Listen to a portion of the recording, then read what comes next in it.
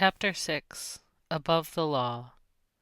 Horror hath taken hold upon me because of the wicked that forsake thy law. Psalm 119, verse 53. Federal Reserve not accountable to Congress. The Federal Reserve's income each year is well over $1 trillion. Congress holds them exempt from paying taxes on their illegally obtained income.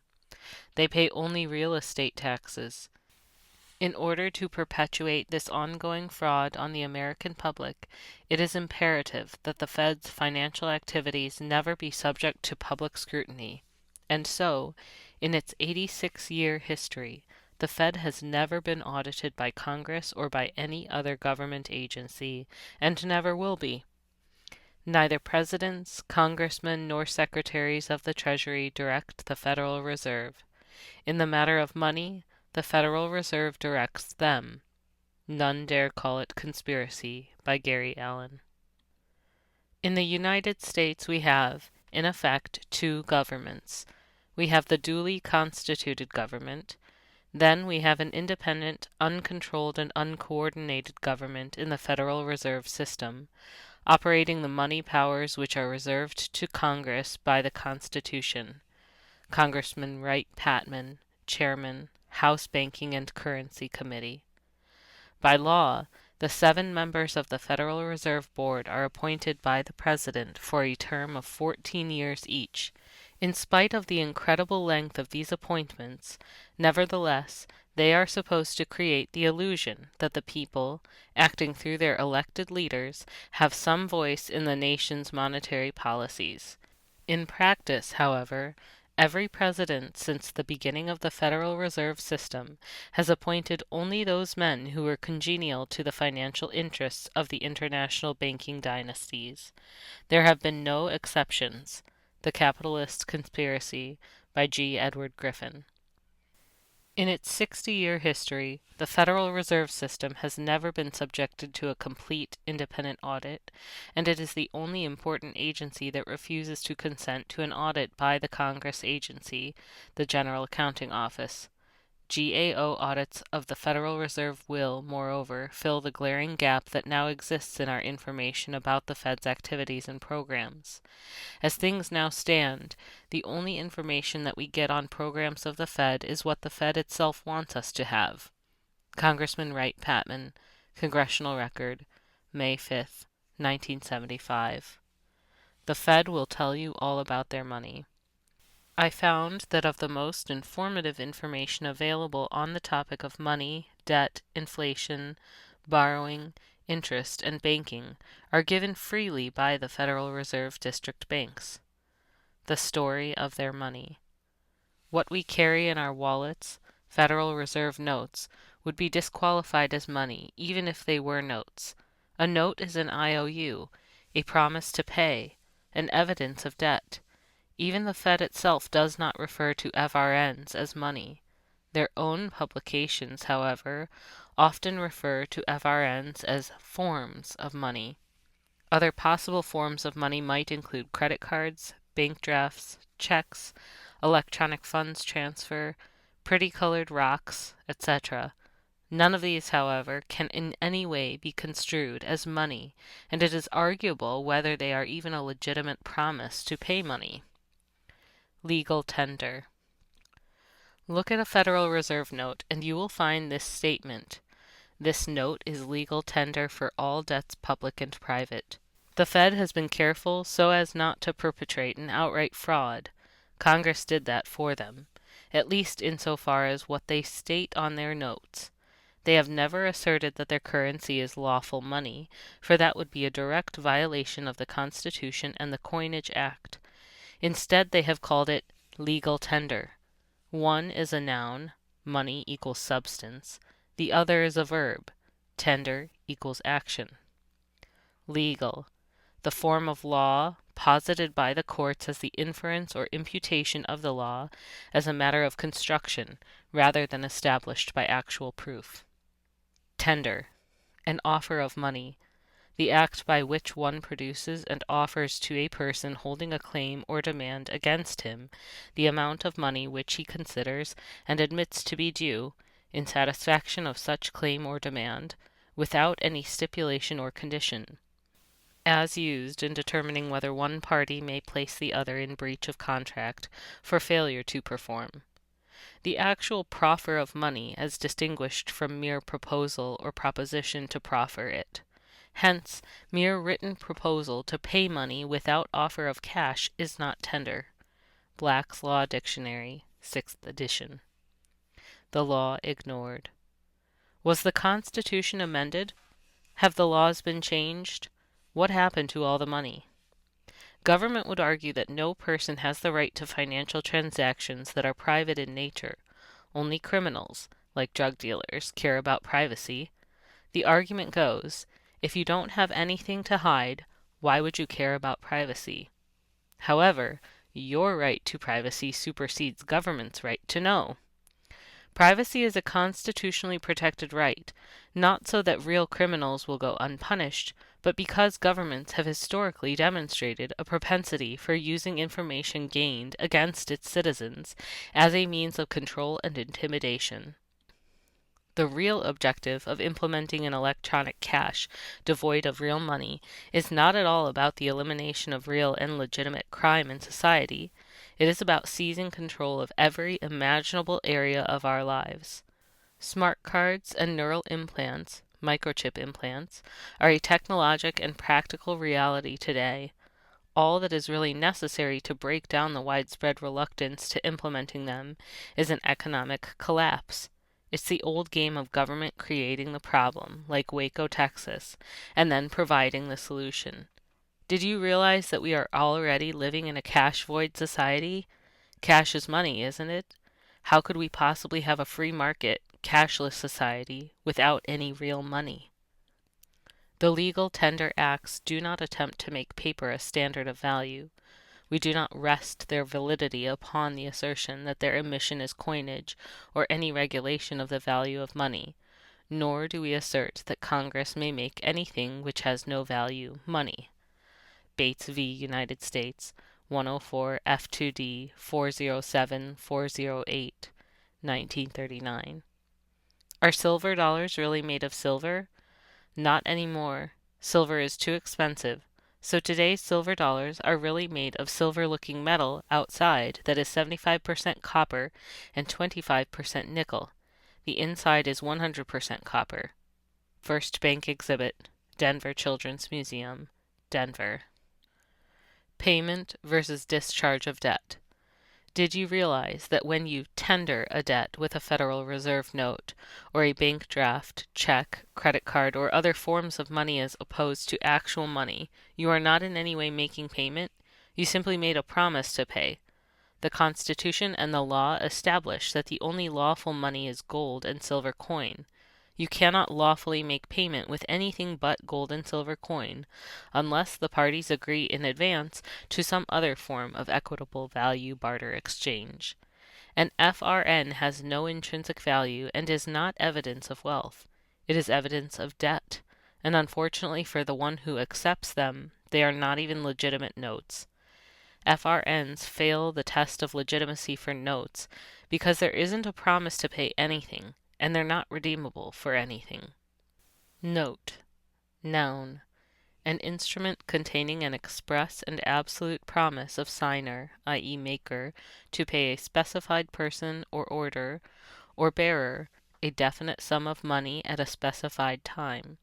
A note not meeting these requirements may be assignable, but not negotiable. Black's Law Dictionary, 6th edition. A note is a specified and unconditional promise to pay. UCC-304-1. Intrinsically, a dollar bill is just a piece of paper. Modern Money Mechanics, Federal Reserve Bank of Chicago. FRNs do not make payment. What exactly happens then when you make a transaction using an FRN and acquire property or services? You have not in fact made payment, but the debt incurred for the goods is thereby discharged. The distinction is significant. There is a distinction between a debt discharged and one paid. When discharged, the debt still exists, though divested of its character as a legal obligation during the operation of the discharge. Something of the original vitality of the debt continues to exist, which may be transferred even though the transferee takes its subject to the disability incident to the discharge. The fact that it carries something which may be a consideration for a new promise to pay, so as to make an otherwise worthless promise a legal obligation, makes it the subject of transfer by assignment. Stanek v. White, 215 NW 784. About all a Federal Reserve note can legally do is wipe out one's debt and replace it with itself, another debt, a note that promises nothing. If anything has been paid, the payment occurs only in the minds of the parties in the idea sphere, not the real world. The Miracle on Main Street, by F. Tupper Saucy. A bona fide note can be used in a financial transaction to discharge the debt only because it is an unconditional promise to pay by the issuer to the bearer. Is a Federal Reserve note a contract note, an unconditional promise to pay? At one time, the Federal Reserve issued bona fide contractual notes and certificates, redeemable in gold and silver coin. Most people never saw or comprehended the contract. It went largely unread because the Federal Reserve very cunningly hid the contract on the face of the note by breaking it up into 5 separate lines of text with a significantly different typeface for each line, and placing the president's picture right in the middle of it. They even used the old attorney's ruse of obscuring the most important text in fine print. Over time, the terms and conditions of the contract were diluted, until eventually they literally became an IOU. Nothing. Lincoln and Kennedy assassinated. By 1964, there were no more Federal Reserve notes being issued that were redeemable for money. In fact, 50 million of the very first non-redeemable notes were shipped on November 26, 1963, the very day JFK was being buried. Could there be a connection? President Kennedy had issued Executive Order 11110 on June 4, 1963, ordering the Treasury to print United States notes. The most memorable of these notes was the $2 issue. These notes couldn't be redeemed for anything any more so than could Federal Reserve notes, but at least they had not indebted the people, because they were issued without debt owing to the Federal Reserve Bank. Abraham Lincoln also made a similar daring move, ordering the Treasury to issue paper notes, known as Lincoln greenbacks, rather than borrow bank notes from the Bank of England. Both presidents were promptly assassinated. One of the very first executive orders issued by Lyndon B. Johnson as newly appointed dictator was for the mints to stop producing silver coins and to start issuing clad coins made out of copper, nickel, and zinc, and other cheap metals. In this order, Johnson recalled all of the non-interest-bearing scrip. Johnson was demonstrably responsible for the debauchery of the U.S. currency. The high office of president has been used to foment a plot to destroy the Americans' freedom, and before I leave office, I must inform the citizens of this plight. John F. Kennedy at Columbia University, 10 days before his assassination. It is my firm belief that President Kennedy was removed by the same organization that removed Lincoln, by the same method, for the same reason. If he had not issued EO 11110 and made that statement, he most likely would have lived. Institutions of blue smoke and mirrors. For the past 30 years, I have known that the owners of the Federal Reserve Bank control the entire world economy, not just the United States. Until only recently, however, did I understand the extent of the fraud and the far-reaching implications it presents throughout the entire world banking system. I began my research in preparation for writing High Priests of Treason, the Federal Reserve, by talking to judges, bankers, and attorneys about the money and banking system. I was appalled to discover that most of those learned people did not know the truth about our money or banking system. Further, I found that schools of all levels do not teach that banks create money out of thin air. I researched throughout history, accounting, and law books on the high school and college level. The truth is not to be found there. No one I talked to knew that banks create money out of thin air, or they weren't talking if they did. I did find the truth verified in an unlikely source and in a form that cannot be contradicted. The Federal Reserve Bank of Chicago's own publication, Modern Money Mechanics, and a companion comic book for young children titled The Story of Money. These books have been used as exhibits in lawsuits against banks and are no longer available. The truth of how much money is created from the mouth of the Federal Reserve. Money is an ordinary, routine part of our lives. Its existence and acceptance are taken for granted by each of us every day. A user of money may, on occasion, sense that money must come into being either automatically as a result of economic activity and labor, or as an outgrowth of government.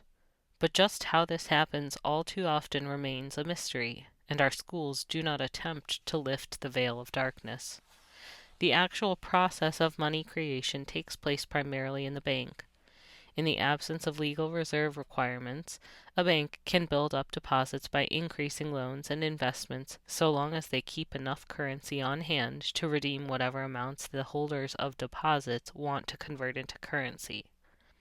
This unique attribute of the banking business was discovered many centuries ago, emphasis added. It started with goldsmiths. As early bankers, they initially provided safekeeping services, making a profit from vault storage fees for gold and coins deposited with them. People would redeem their deposit receipts whenever they needed gold or coins to purchase something, and physically take the gold or coins to the seller who, in turn, would deposit them for safekeeping, often with the same banker. Everyone soon found that it was a lot easier simply to use the deposit receipts directly as a means of payment. These receipts, which became known as notes, were acceptable as money since whoever held them could go to the banker and exchange them for metallic money. Then bankers discovered that they could make loans merely by giving their promises to pay, or banknotes, to borrowers. In this way, banks began to create money. More notes could be issued than the gold and coin on hand because only a portion of the notes outstanding would be presented for payment at any one time. Enough metallic money had to be kept on hand, of course, to redeem whatever volume of notes was presented for payment. Transaction deposits are the modern counterpart of banknotes. It was a small step from printing notes to making book entries, crediting deposits or borrowers, which the borrowers in turn could spend by writing a check, thereby printing their own money. Modern Money Mechanics, a workbook on bank reserves and deposits expansion, pages 2 and 3, February 1994, Federal Reserve Bank of Chicago. Reading Modern Money Mechanisms will absolutely astound you and finally fill in some of your brain cavity that was purposefully left empty by our federally funded public educational system. Whoever authorized this booklet to be written, published, and placed into distribution is owed a great debt of gratitude. This booklet, read, understood, and acted upon by you, will return the system back to constitutionally sound money if you do your part to free we the people from our present economic slavery.